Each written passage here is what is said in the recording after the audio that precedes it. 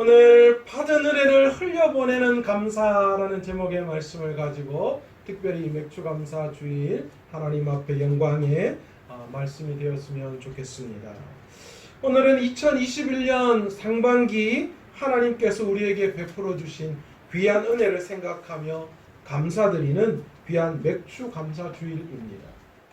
그런데 사실 오늘날 교회력을 따라서 절기를 지키는 것에 대해서 이게 지금 이런 절기를 지키는 것이 의미가 있을까라고 의문을 가지는 많은 사람들이 있습니다. 그 사람들의 어떤 이야기가 완전히 다 그러다라고 말할 수는 없을 것 같아요. 왜냐하면 오늘날에는 이스라엘의 역사와 문화 속에서 만들어진 절기이기 때문에 오늘 우리와는 좀 다른 의미가 많아요. 그렇죠? 그런 배경적인 것들이라든지. 그리고 그 당시에도 마찬가지로 농경사회 안에서 이루어졌던 절기였어요. 그런데 오늘날 사실 농경사회 아니잖아요. 농사를 짓거나 하는 사람 그렇게 많지 않다라는 거예요. 그렇기 때문에 이 교회 절기를 지키는 것에 대해서 좀 반대하는 분들도 없지 않아 있습니다. 그럼에도 불구하고 한국교회는 이 교회력에 따르는 절기를 우리가 지키고 있습니다. 왜 그럴까요?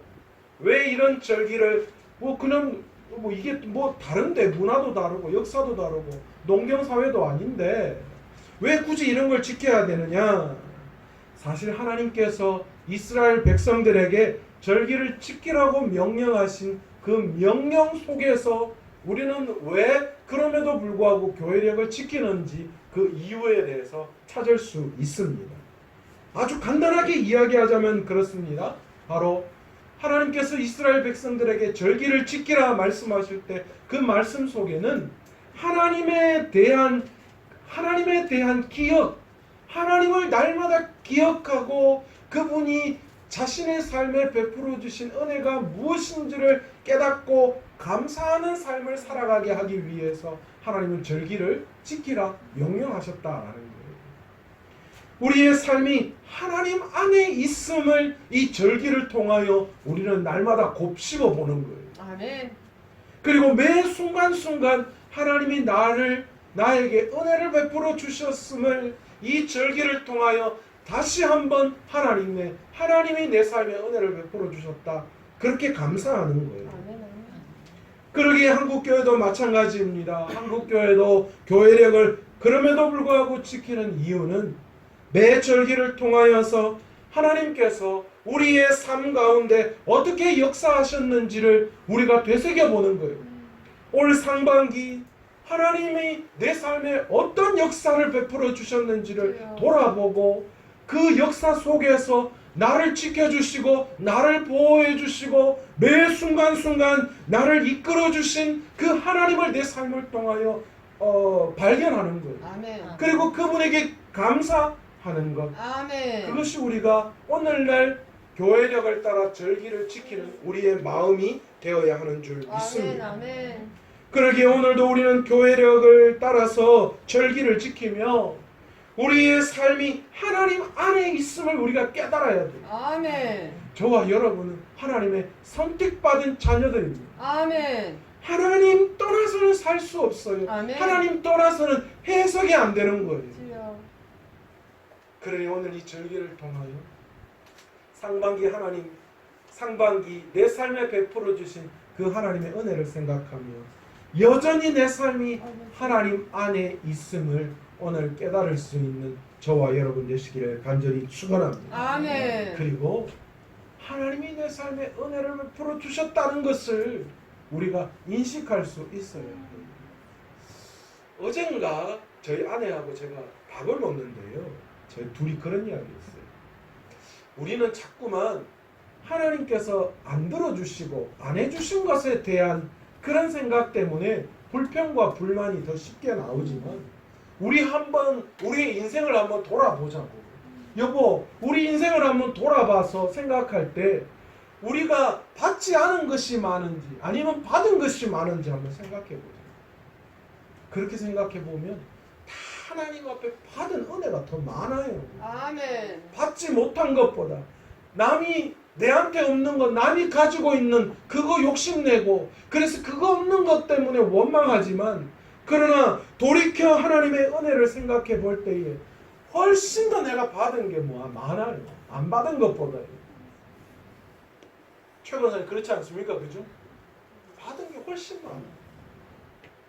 그러기에 그렇게 하나님께서 내 삶에 베풀어 주신 은혜를 되새겨보면서 하나하나 감사하는 그런 절기가 되어야 합니다. 아멘. 또한 구약의 절기에는요, 단순히 하나님을 기억하고 그분에게 감사하라는 의미 말고 또 한 가지의 의미가 있습니다. 그것이 뭐냐 하면 구약의 절기는 혼자만 즐거워하는 것이 아니라 소외된 이웃들과 함께 그 즐거움을 나누었다라는 거예요. 여러분, 구약 성경에서 하나님께서 말씀하신 것이 무엇입니까? 하나님이 구약 성경을 통하여서 무엇을 말씀하셨어요? 예수님께서는 그것을 마가복음 12장 28절 이후에 나오는 한 서기관의 질문, 한 서기관이 예수님을 찾아와서 질문하는 그 질문을 통하여 우리에게 분명히 말씀해 주셨어요. 한 서기관이 예수님께 찾아와서 질문을 합니다. 뭐라고 질문하느냐? 모든 계명 중에서 예수님 가장 첫 번째 되는 계명이 무엇입니까? 그렇게 물었습니다. 이 서기관은 마음속에 도대체 우리가 가장 중요하게 여겨야 할 그 하나님의 말씀이 무엇인지에 대한 궁금증이 있었던 거예요. 그러자 예수님께서 이 한 서기관의 질문을 받으시고 무엇라고 말씀하셨습니까? 내 마음을 다하고 목숨을 다하고 뜻을 다하고 힘을 다하여 주 너의 하나님을 사랑하라 하신 것이요. 아멘. 그 다음 둘째는 이것이니 내 이웃을 내 자신과 같이 사랑하라 하신 것이라. 아멘. 이보다 더 큰 계명이 없느니라. 아버지. 그렇게 말씀하셨어요. 크게 뭘요? 하나님 사랑과 이웃 사랑에 대한 이야기를 하셨다는 거예요. 이 예수님의 말씀을 들은 서기관, 한 서기관의 대답이 더 기가 막힙니다. 33절에 뭐라고 이야기하느냐? 마음을 다하고 지혜를 다하고 힘을 다하여 하나님을 사랑하는 것과 또 이웃을 자기 자신과 같이 사랑하는 것이 전체로 드리는 모든 번제물과 기타 제물보다 나으니라. 이 한 서기관이 진리를 깨달았어요. 그래, 내 마음을 다하고 지혜를 다하고 지식을 다하는 게 아니라 지혜를 다하고 힘을 다하고 하나님을 사랑하고 이웃을 사랑하는 그것이 우리가 그렇게 많이 드렸던 그 전체의 번제보다도 하나님은 더 기뻐하시는 일이다 라는 거예요. 예수님께서는 이 한 서기관의 지혜 있는 대답을 보고 뭐라고 대답하셨습니까? 34절에 내가 하나님의 나라에서 멀지 않았도다. 아멘. 저도 이런 이야기 예수님께 듣고 싶어요. 네 인자 다 됐다, 다 됐다. 우리 왜 이 나이가 꽉 찬 관연한 이 딸을 보면 이제 시집 갈 때 다 됐네 그렇게 이야기하잖아. 아니면 시험을 앞두고 있는 그런 사람을 보고 이제 시험 때가 다 되면 이제 때가 다 됐다 라고 이야기하는 것처럼 예수님이 지금 이 한 서기관을 통하여서 뭐라고 하느냐? 하나님 나라가 너한테서 멀지 않았다. 아멘. 무슨 말입니까? 하나님의 나라에 대한 네가 진리에 점점 더 가까워지고 있구나. 아멘. 네가 제대로 알고 있구나. 아멘. 그렇게 말씀하시는 거예요. 아멘. 예수님께서는 구약에서 하나님이 말씀하신 핵심이 무엇인지를 정확하게 지적하셨어요. 그래서 예수님은 성전을 통하여서 그 하나님의 말씀, 그 구약에서 하나님이 그렇게 강조하셨던 하나님의 사랑과 이웃 사랑이 성전을 통하여서 성도들을 통하여 세상 가운데 널리 퍼져나가기를 원하셨던 거예요. 성전을 통하여 그 영향력이 세상 사람들에게 퍼져나가기를 원하셨던 거예요. 아멘. 아멘. 그런데 정작 예수님께서 예루살렘으로 입성하셔서 보신 성전은 어떠했습니까? 장사하는 곳, 돈 거래하는 것으로 성행한 곳이었습니다. 온갖 이권과 욕심과 욕망으로 난무해 버린 곳, 그렇게 세상과 별반 다를 것 없이 변해버린 예루살렘 성전을 예수님이 보셨어요. 기가 막히셨어요. 이게 도대체 무슨 일이냐는 거예요. 성전의 기능은 여전히 살아있었습니다. 여전히 하나님께 예물을 드리고 여전히 제사가 그곳에서 드려졌지만, 그러나 성전의 본질이 떠나버리고 말았어요. 성전의 본질이 완전히 사라지고 없어졌습니다. 그것에 대해서 예수님이 노하신 거예요. 그래서 예수님께서 성전에서 매매하는 자들을 내쫓으시면서 돈 바꾸는 자들의 상과 비둘기 파는 자들의 의자를 둘러 엎으시고 11장 마가복음 11장 16절에 뭐라고 말씀하시느냐? 아무나 물건을 가지고 성전 안으로 지나다님을 허락하지 않으셨다, 그렇게 말씀합니다. 여러분, 이것은 물건 팔지 마라 그 말이 아니라 세상의 원리가 성전 안에 들어와서 작용하지 않도록 앞으로는 절대로 허락하지 않겠다, 그 말씀하시는 거예요. 그 어떤 사람도 성전의 본질을 깨어버리고 성전의 본질을 더럽히는 그런 일들이 이 성전에서 일어나지 않도록 하겠다, 그 말씀하시는 거예요. 성전의 본질이 무엇입니까? 만민이 기도하는 것입니다. 아멘. 하나님 앞에 나와서 하나님 앞에 자신의 마음을 토로하고 하나님과 대화하고 말씀을 통하여 하나님의 뜻을 구하는 것이 성전입니다. 성전을 통하여 또한 진정한 복음이 세상 가운데로 흘러나가게 하는 곳, 아멘. 그것의 중추적 역할을 감당하는 것이 교회여야 합니다. 아멘. 아멘. 그런데 그런 모습이 완전히 예루살렘 성전에서 사라져버리고 말았어요. 그렇게 성전을 엎으시고 선포하신 예수님의 모습을 본 그 당시 성전을 중심으로 모였던 종교 지도자들은 지금 예수님의 권위에 대한 문제를 지적하고 있으셨어요. 왜요? 나는 자기네들은 성전에서 이렇게 할 수 있는 권한을 주지 않았는데, 자기들이 성전에서 매매하는 또 돈 바꾸는 그런 권한을 그들에게 다 주었는데, 너는 예수님이야말로 너는 도대체 무슨 권위로 그런 일을 하느냐? 우리가 너에게 그런 권위를 주지 않았는데, 그렇게 선포하시면서 그때부터 예수님을 잡아 죽이기를 꾀하기 시작합니다. 그래서 어떤 일이 일어납니까? 당시의 종교 지도자들이 연합해서 예수님을 잡아 죽이기 위해서 모의를 하기 시작해요. 바리새인, 사두개인, 헤롯 당원들, 서기관들, 당시 종교 지도자들이 예수님 앞에 나와서 예수님을 올무에 넘어지게 하기 위해서 질문을 던집니다. 그러나 예수님은 다 알고 계셨어요. 거기에 넘어가실 분이 아니죠. 예수님은 지혜롭게 그 모든 상황을 헤쳐나가셨어요. 그리고 오늘 본문이 시작되는 거예요. 오늘 본문은 이제 예수님이 성전에서의 마지막 사역의 모습을 다루고 있습니다. 이제 이 성전에서 떠나셔서 예수님은 이제 죽음의 길, 십자가의 길을 걸어가시는 그 사역만 남겨놓고 계십니다. 마지막 성전에서 무화과 나무를 저주하신 그 사건 이후에 예수님은 성전에서 계속 그 여러 가지 일들을 행하셨는데, 오늘 이 성전에서의 이 사역이 예수님의 마지막 사역이셨다, 성전에서의 마지막 사역이셨다라는 거예요. 그런데 그 시작을 무엇으로 시작하고 있습니까? 권위에 대한 이야기를 하고 있습니다. 예수님이 지금 오늘 본문 36절에 뭐라고 말씀하십니까?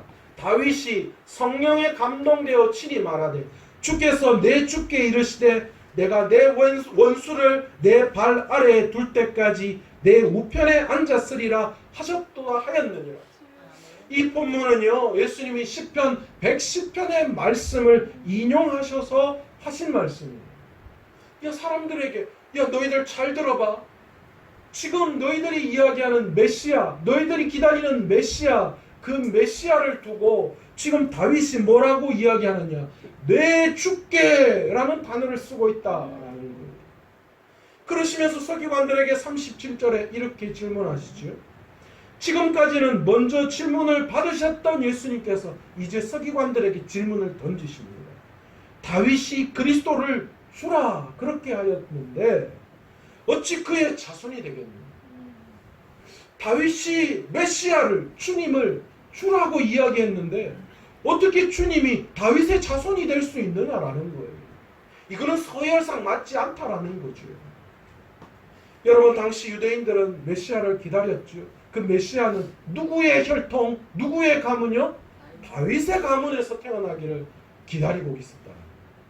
그런데 실질적으로 예수님이 다윗의 가문이셨죠. 그리고 이 마태는요, 다윗과 연결시키기 위해서 예수님이 베들레헴 출신이라고, 이 다윗의 고향이었던 베들레헴, 그리고 예수님의 고향이었던 베들레헴, 그렇게 연결하고 있습니다.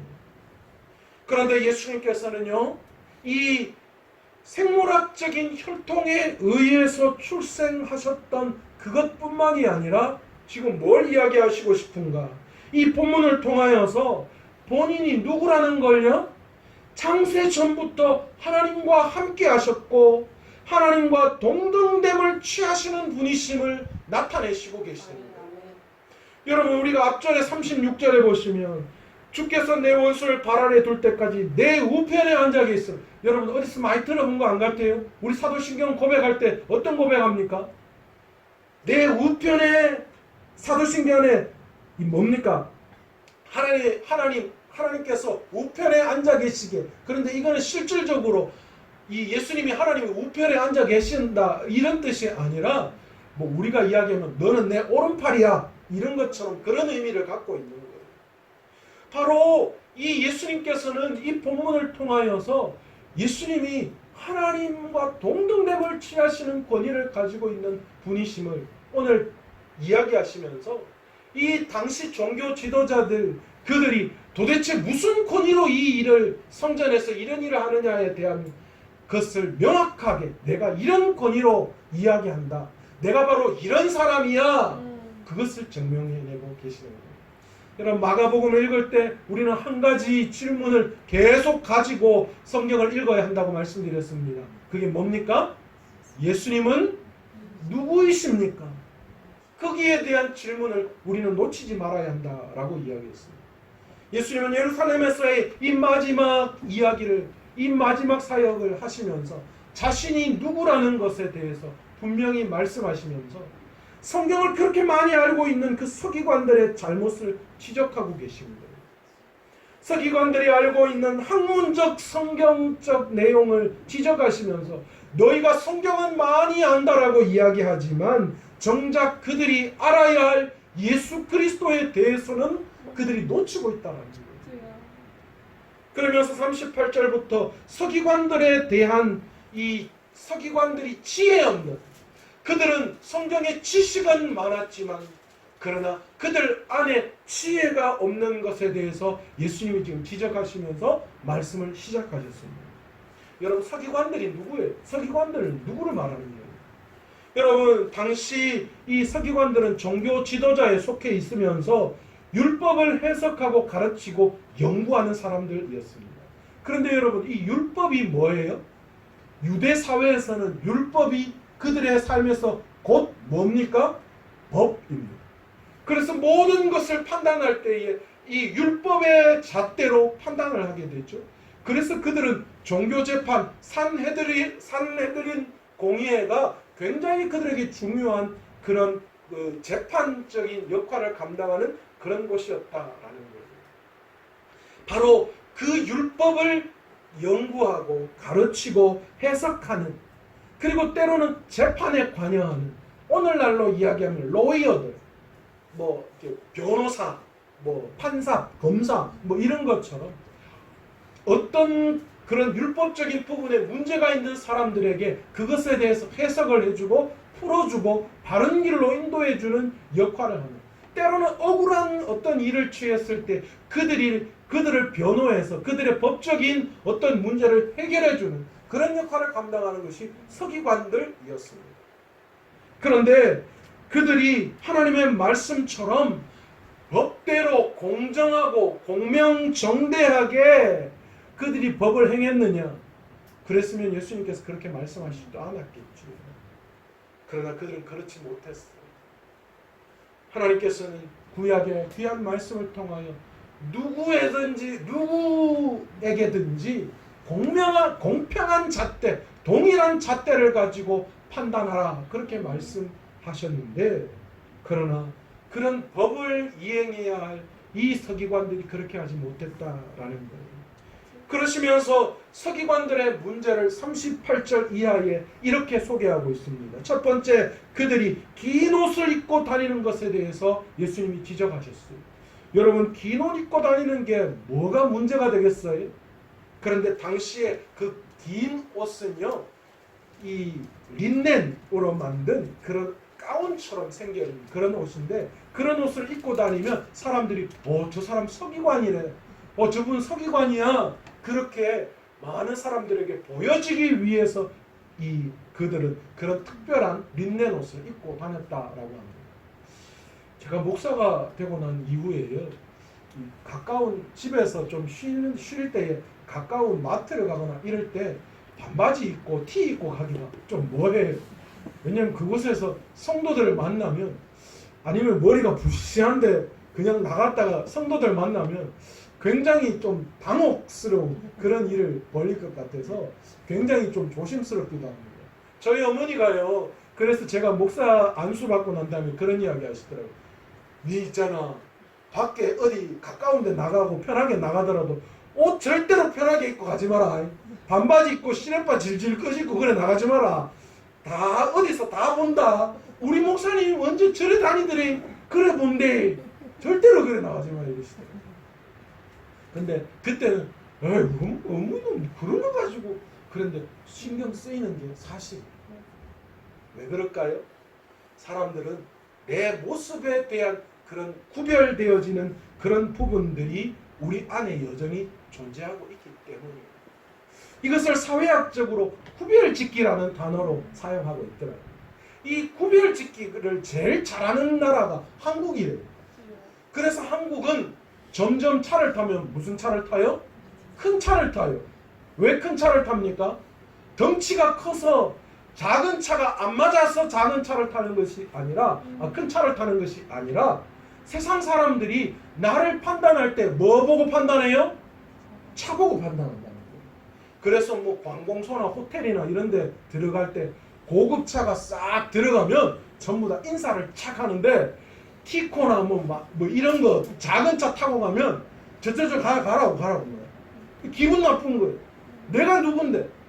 그래서 못 먹어도 집은 전세가, 차는 왜 자꾸 사람들이 다 보니까 차는 점점 큰 거 타야 돼요. 왜요?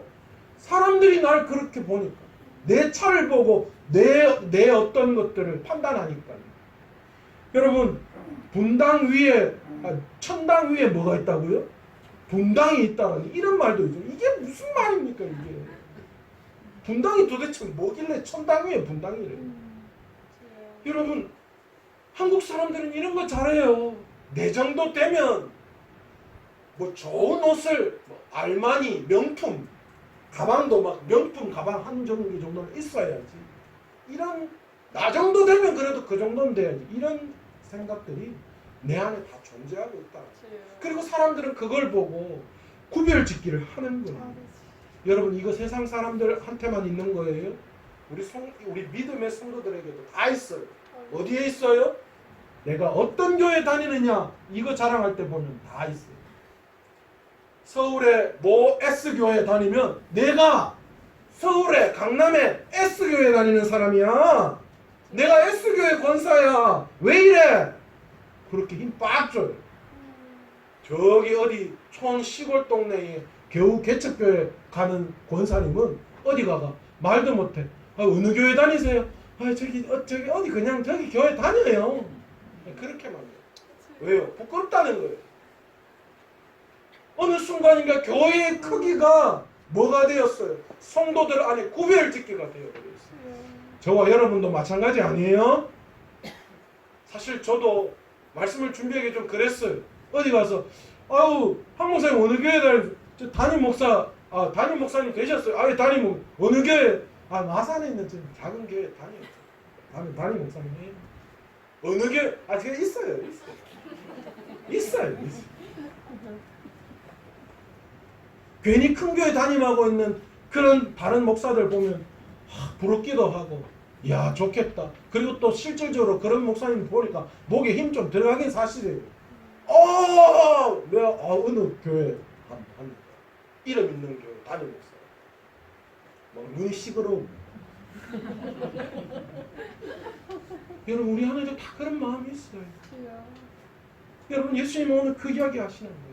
서기관들의 구별짓기 하기 위해서 긴 옷을 입고 다니는, 그래서 난대하는 그런 특권의식, 구별짓기 하는 그런 마음, 그것에 대해서 지적하시는 거예요. 두 번째로 뭘 이야기하십니까? 시장에서 문안받기를 좋아했던 것에 대해서 지적하십니다. 이건 뭡니까? 명예욕이에요. 사람들이 다 날 알아주기를 원하는 거예요. 여러분 이거 교회 안에 얼마나 많은지 몰라요. 여러분 세상에서 인정 못 받으니까 교회 안에 와서 인정받으려고 해요. 여러분 가만히 보세요. 세상에서 인정받는 사람 교회 안에서 조용해요. 그런데 세상에서 인정 못 받으니까 교회 안에서라도 큰 소리 한번 쳐보려고 얼마나 그러는지 몰라요. 여러분 사람 안에는 대우받고 싶은 마음 있어요. 그러나 예수님이 그것에 대한 지적을 하시는 거예요. 너희가 먼저 된 자는 나중되고 너희가 먼저 되기 위해서는 섬기는 자가 되어야 한다. 분명히 우리에게 말씀하셨죠. 그런데 지금 먼저 되려고 하는, 인정받고 자기에 대해서 인정받기를 원했던 그 서기관들에 대해서 예수님이 좀 지적하시는 거예요.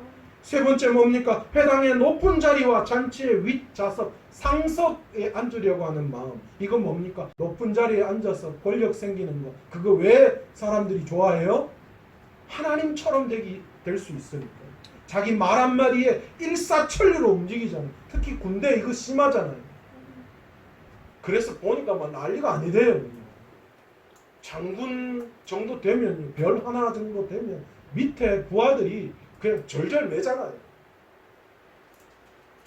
그리고 네 번째, 과부의 가산을 삼킨다 이야기합니다. 물질욕이에요. 여러분 당시 과부나 고아들은요, 자신이 재산을 관리할 수 없는 사람들이었다고 합니다. 그게 유대 법이 그래요. 과부나 고아는 자기 스스로가 재산을 관리할 수가 없어요. 그래서 누구에게 맡겨야 돼요? 서기관들이나 그런 사람들에게 맡겨야 되는데 그들이 그것을 갈취했던 거예요. 그리고 또한 남편을 위해서 또 여러 가지 어려움 중에 있는 그런 과부나 고아들에게 내가 도와줄게 그렇게 이야기하면서, 그러면서 그들의 재산을 갈취해가는 그런 일들이 비일비재하게 일어났다는 거예요. 그것에 대해서 지금 예수님이 지적하는 거예요. 도와야 되는데 도리어 그것들을 갈취해내는 악한 모습, 그 서기관들을 지적하고 계시는 거예요. 그리고 외식으로 길게 기도하는 것에 대해서 이야기하는 게 무슨 이야기예요? 경건을 가장한 위선이에요. 형식적이고 외형주의에 치우쳐져요. 그들이 지식적으로 성경은 많이 안다고 이야기하지만 성경 안에 진짜 진실, 본질이 무엇인지 전혀 모르고 그들은 경건의 모양만 갖췄다는 거예요. 위선덩어리 신앙을 했다는 거예요. 지금 예수님께서는 서기관들의 잘못에 대해서 지적하시는 그런 말씀을 하고 있는데, 그런데 마가는 41절 이하에 한 가지 이야기를 등장시키고 있어요. 여러분 마가복음 읽을 때에 마가가 잘 쓰는 어법 뭐 하나 있다고 그랬죠? 우리 아들도 아는 어법? 햄버거 말고 샌드위치 기법. 여러분 오늘 마가는 다시 또 한 번 샌드위치 기법을 쓰고 있어요. 서기관들의 잘못을 지적하면서 샌드위치 기법으로 중간에 한 이야기를 끼워 넣었어요. 그 이야기가 뭡니까? 바로 성전에 있는 헌금함 앞에서 일어났던 이야기입니다. 여러분 당시 이 예루살렘 성전에는요 13 성전 앞에 입구에 13개의 헌금함이 있었다고 합니다. 놀래야 할 때 놀래지도 않고, 우리 교회는 헌금함 하나밖에 없는데 당시에 입구에 들어오면 13개가 쫙 있었다고 합니다. 그런데 유대인의 구전 이 율법인 미시나에 의하면요 그 중에 6개는 자원하는 마음으로 드리는, 오늘날로 이야기하면 주일 헌금이었던 것 같아요. 들어올 때 주일 헌금. 그리고 7개는 성전에 필요한 목적을 가지고 있었던 헌금, 목적 헌금 택이죠. 그렇게 7개 헌금함이 있었다고 합니다. 그런데 이 헌금함의 모양이요 또 기가 막혀요. 여러분 나팔꽃 보셨어요? 앞쪽이 이렇게 둥그런, 옛날 전축 생각하시면 딱 좋을 거예요. 옛날 이렇게 돌려서 가는 그 축음기, 그거 보면 이렇게 나팔꽃처럼 이렇게 되어서 요렇게 호리하게 돼서 밑에는 이제 턴테이블이 있잖아요. 헌금함이 그렇게 생겼대요. 요렇게 금속으로 되어 있는 호리 대접처럼 요렇게 되어 있어서 밑에는 나무함으로 그렇게 되어 있는데, 그러니까 여러분 생각해 보세요. 동전 헌금을 옛날에는 뭐 지폐라는 개념이 없었잖아요. 전부 다 금속 그런 동전인데, 그 동전을 가지고 그 헌금함에 동전을 넣으면 금속이 부딪히면서 땡그랑 소리가 나면서 또 어느 정도 헌금을 했는지 알았을까요? 몰랐을까요? 알았죠. 좀 쑥하게 넣으면 두두두두두두 떨어지는 거고, 한두 개 넣으면 땡그랑 하고 끝나는 거고, 그러니까 사람들이 누가 들어올 때 드르륵 하면 오, 땡그랑 하면 에이 이랬더니 다 알고 있어요. 여러분, 이게 그 당시의 모습이었어요. 성전함에 예수님께서는 이 헌금함 앞에 앉으셨어요. 그리고 무리들을 다 모아놓고 사람들이 어떻게 헌금하는지를 지금 보신 그런 상황을 지금 이야기하고 있어요. 바로 그때 두 부류의 사람이 등장합니다. 첫 번째 부자, 두 번째 가난한 과부. 부자가 먼저 헌금을 했는데요, 성경은 많이 넣었다 그렇게 성경을 기록하고 있어요. 부자도 적게 넣은 게 아니에요. 저처럼 이렇게 배도 좀 나오고 덩치 좋은 막 오면서 큰 덩어리 막 그 뭡니까 이 옛날 이런 뭐 그런 거 갖고 와서 거기에 동전 두르륵 부었겠죠. 두두두두두 떨어졌겠죠. 뭐 그러니까 오 이랬겠죠. 역시 부자는. 그런데 이어서 한 가난한 과부가 헌금을 합니다. 그런데 놀랍게도 마가는 그 가난한 과부의 헌금을 정확하게 소개하고 있어요. 2렙돈 곧 한 고드란트. 참 잔인하죠. 얼마 했는지, 가난한 과부 얼마 했는지 다 딱 명확하게 이야기해요. 여러분, 렙돈이라는 단위는 유대 돈의 가치예요. 근데 이 2렙돈이 로마의 화폐로는 한 고드란트에 해당한다라고 이야기하는데, 여러분 렙돈이라는 이 단위, 우리나라로 따지면 원 뭐 이런 뜻이죠. 근데 이 렙돈이라는 단어의 뜻이 적다라는 뜻이에요. 그러니까 이 돈 자체가 되게 정말 적다라는 거예요. 이 가치가 얼마나 되는지 학자마다 조금씩 이야기가 다른데, 어떤 학자들은 저녁 한 끼 먹으면 끝나는 돈이다. 진짜 딸랑 저녁 한 끼. 오늘날로 따져도 뭐 한 4, 5천 원 그 정도의 가치다. 또 어떤 학자들은 그보다 더 낮게 봐요. 참새 반마리, 비둘기도 아니고 참새 반마리. 여러분 포장마차에 파는 참새 보셨죠? 그거 반마리 사고 아니면 석류 한 덩어리 살 정도의 가치밖에 되지 않는다. 그렇게 보는 학자들도 있어요. 그러니까 한마디로 말해서 뭐예요? 진짜 형편없는 거라는 거예요. 그런데 여러분, 예수님께서는 이 가난한 과부가 헌금함에 돈 넣는 것을 보시고 제자들을 불러서 말씀을 하시기 시작합니다. 그 내용이 뭡니까? 43절에 이 가난한 과부는 헌금함에 넣는 모든 사람보다 더 많이 넣었도다. 그렇게 예수님이 가난한 과부의 헌금을 칭찬하셔요. 가난한 과부의 보잘것없는 헌금을 보시고 그 어떤 사람들이 헌금한 것보다, 이거 그 어떤 사람 누구예요? 앞에 대표적으로 부자들이 많이 넣는 그 사람보다도 훨씬 더 많이 헌금했다고 칭찬하셨어요. 그 이유가 무엇인지 예수님은 44절에서 기꺼이 해석도 해주고 계셔요. 그들은 다 풍족한 중에 넣었다. 그들 누구요? 부자들은 다 풍족한 중에 넣었지만, 그러나 이 과부는 가난한 중에 자기의 모든 소유 곧 생활비 전부를 넣었느니라. 그렇게 말씀하시죠. 여러분, 퍼센테이지로 따져보자는 거예요. 가난한 과부는 자기 삶의 전부를 넣었고, 부자는 많이 있는 중에 조금 넣었다라는 거예요. 여러분, 누가 더 많이 넣었어요? 퍼센테이지로 따지면 누가 더 많이 넣었어요? 가난한 과부죠. 가난한 과부는 전부를 넣었고, 부자는 부한 중에 조금 넣었어요.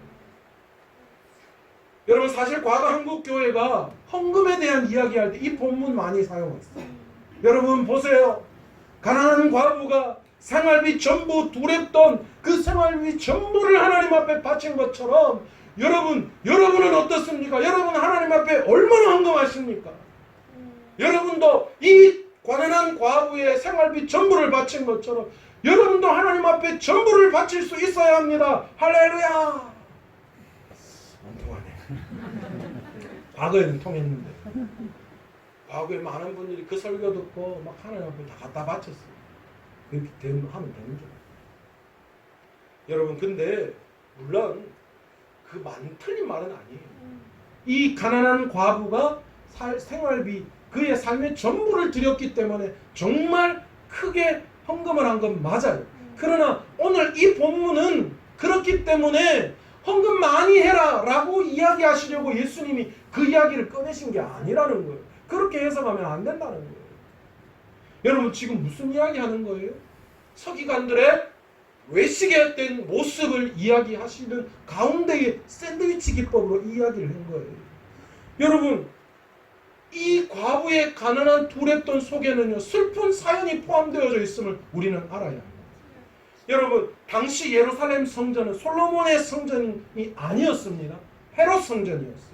솔로몬 성전은 이미 바벨론에 의해서 완전히 망해버렸어요. 느부갓네살 왕에 의해서 성전이 완전히 파괴되고 이제 신약에 와서 이 헤롯 시대는 헤롯이 성전을 새롭게 건축을 했어요.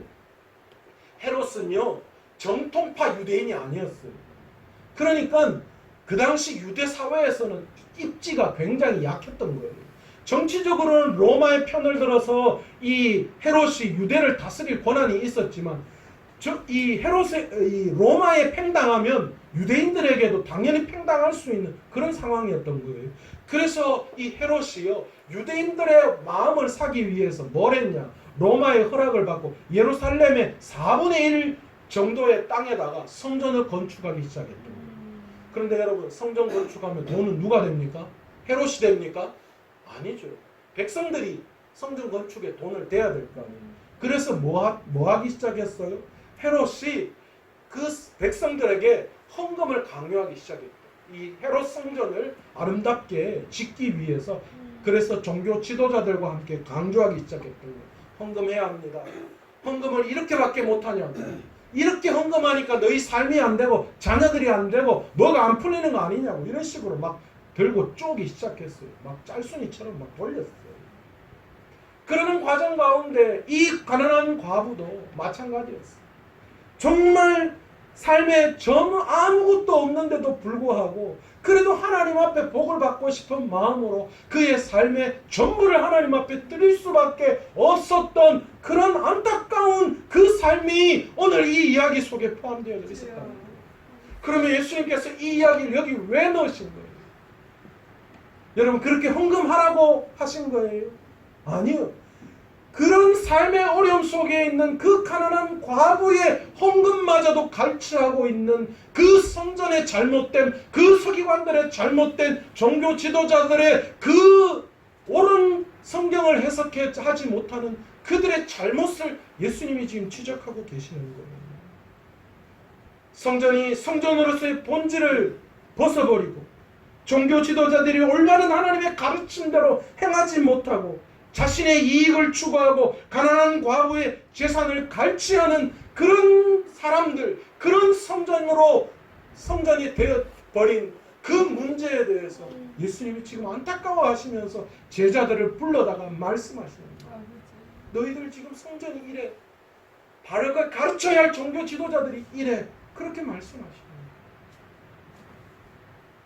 여러분, 오늘 우리의 모습을 한번 돌아보기를 원합니다. 여러분 이스라엘 사회에서 3대 약자들이 있었어요.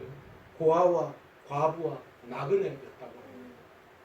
그런데 여러분 놀랍게도 성경은 그들을 뭐하라고 하는 거예요? 환대하라고 합니다. 너희 이웃이 누구냐? 고아와 과부와 나그네가 너희의 이웃이라고 성경은 말씀합니다. 예수님께서 예루살렘 성전을 떠나시기 전에 마지막으로 이 말씀을 하시고 싶었던 거예요. 여러분 성전, 오늘날 교회는 하나님의 통치 원리가 살아있어야 합니다. 그리고 그 원리가 교회를 통해서 세상 가운데로 퍼져나가야 합니다. 예루살렘 성전의 허울뿐인 모습을 보시고 그 속에서 백성들의 피를 빨아먹는 부자가 되는 서기관들을 지적하시면서 오늘 교회가 어떠해야 하는지 우리에게 분명하게 말씀하고 계시는 줄 믿습니다. 교회는 예수님의 사랑을 흘려 보내야 하는 것입니다. 아멘, 아멘. 그 사랑으로 복음의 능력이 세상 가운데 드러나야 합니다. 아멘.